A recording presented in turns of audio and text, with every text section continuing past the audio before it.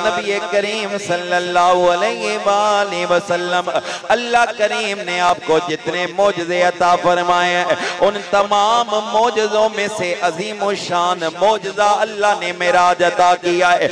मेरे करीम आका सल्लल्लाहु अलैहि वसल्लम का हर मौजज़ा बड़ा बाकमाल है, हर मौजज़ा बड़ा बुलंद है, हर मौजज़ा ही अजीम शान है। आका करीम सल्लल्लाहु अलैहि वसल्लम उंगलियों से पानी के चश्मे जारी फरमाए, ये भी आका का मौजज़ा है।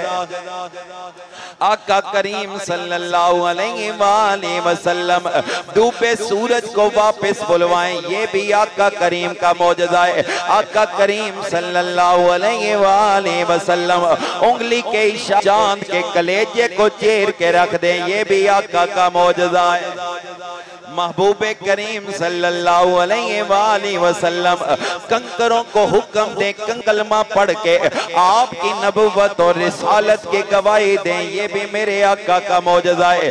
इसी तरह बरादरान इस्लाम हुजूर को बगैर गिठली के मेरे आका उगा दें, ये भी मेरे आका का मौजज़ा है। अल्लाह करीम ने अपने महबूबे करीम सल्लल्लाहु अलैहि वसल्लम आपको बेपनाह मौजज़ा अता फरमाए, लेकिन आपके सब मौजज़ों में से सबसे अजीम शान मौजज़ा मेराज है, क्योंकि इस मेराज के अंदर अल्लाह करीम ने अपने महबूब को वो इनाम अता किया है जो किसी इंसान के बस के बात नहीं है।